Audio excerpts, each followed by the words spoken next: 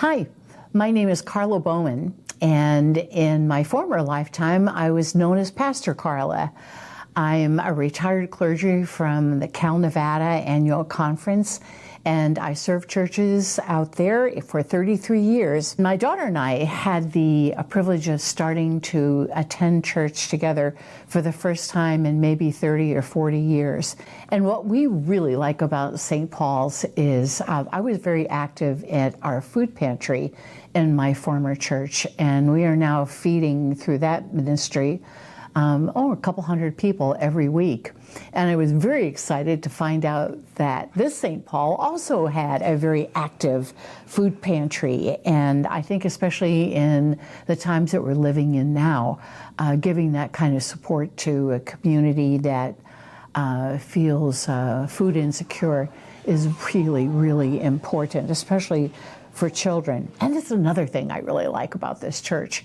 I love seeing the kids here. I've been part of the small groups ministry here and have made some really close friends out of that.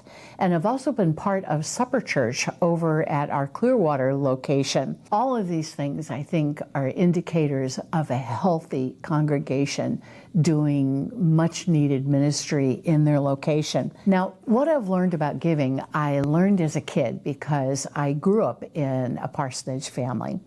And I saw my parents, they lived frugally, but they gave generously, and they never acted like it was a problem living frugally in order to give generously. And I found that I could never, ever outgive God. And it was almost like a race or a competition sometimes to see who could be the greatest giver. And I never won because the Lord always wins. The Lord always has the biggest and most generous hearts and delights in giving good things to us. A lot of you have had the chance to meet Pastor Carla. She comes to the second service, but we were so thrilled to have her here as a part of St. Paul.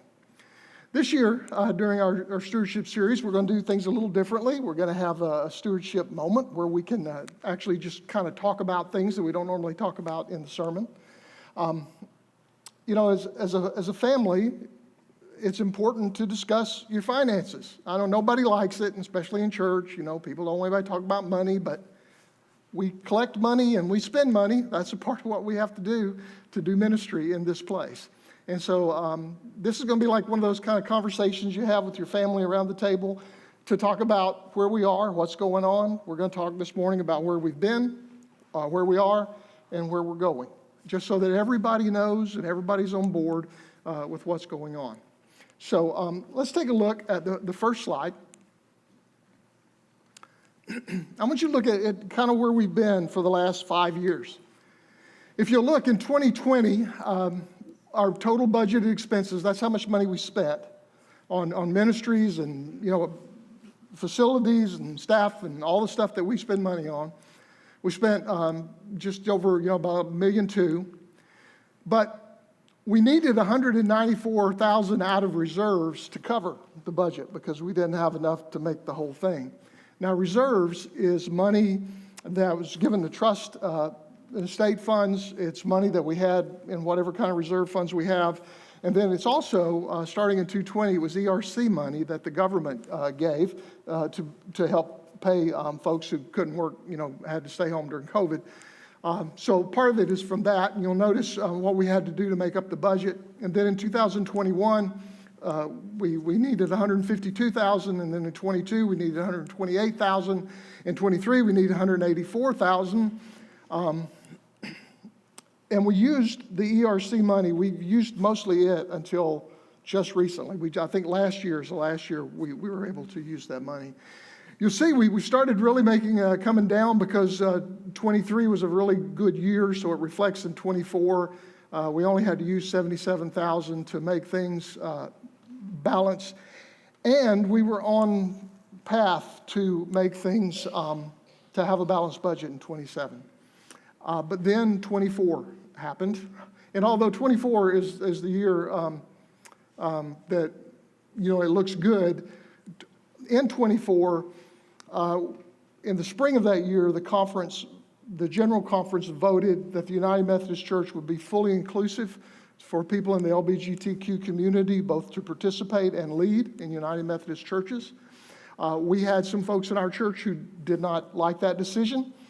They were gracious enough to continue their pledges to the end of the year, but then we had several people who left and took a lot of money with them when they left because they didn't agree with that decision. And then in November of last year, no one can forget the 2 hurricanes right in a row. And the first one hit a lot of our folks who live out on the beach. We have folks who still haven't moved back into their homes. So people lost homes, people lost businesses. We had a lot of people who were just devastated by that. And then the second hurricane came and flooded a bunch of you who live inland.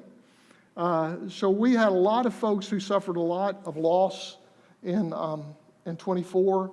And so for the first time in several years, or for the first time since 2023 in a couple of years, the pledges went down for 25 because we have people who are hurting, we have people who are rebuilding.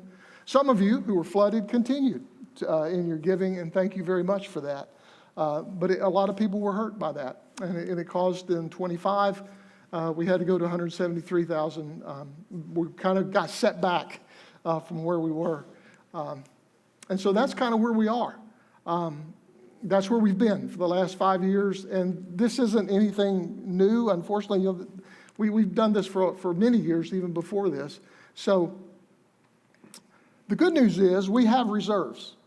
We have money. We sold the building. We have money, but you can't live like this forever. At some point you gotta make the thing work. And so that's going to be our goal in 26. Is we're going to find a way to start balancing our budget, and because that's what it means, I think, to be a good steward. And so I want you to know that, and I want you to see why. Those were the reasons. Here's the second slide. This is where we are now. This is the goals of our campaign that we're doing right now. We want to share the facts about the church's finances. We want you to know, where we are as a church, because I think most people never really pay attention to that. It's all available. Anytime you want to see any financial statement, you're welcome to. We get audited every year. Everything is above board, so you're welcome to come and look anytime you need. We also want to celebrate what we do as a church. And this is why it's important to be good stewards. St. Paul does so much good stuff. I have never been in a church that did as much good for the community as St. Paul. From Open Arms to Handicapable to children's and student ministries to all the other ministries that you guys do that make an impact in this community. And so we want to celebrate that.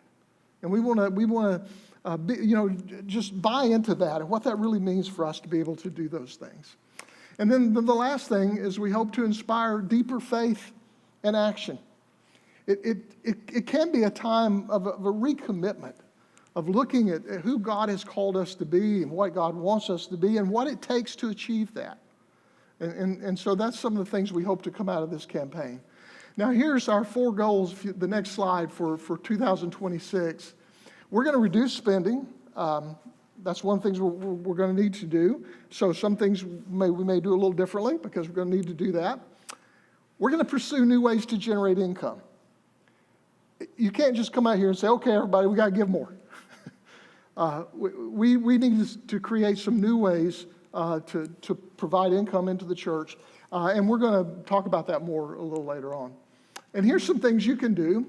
We're going to ask you to make a commitment to give financially to St. Paul this year, to really pray about what you can give and how you can support us by being a good steward, a good disciple. And then we're going to ask that you invite people to come and be a part of our church. Because one of the things that helps is as our church grows, which we have been growing, and as we grow, then these kind of issues take care of themselves. Now, I want to say that inviting people to church to help take care of the budget is not a good reason to invite people to church. And I don't think God honors that. But I think it just reminds us that, this is what we're supposed to be about. We're supposed to be about inviting people and helping people come to know Christ. And so that's going to be kind of an emphasis this year in 26. It's going to kind of be a year of welcome, We're going to try to do everything we can to provide opportunities for you to invite folks to come and be a part of a wonderful church that St. Paul is.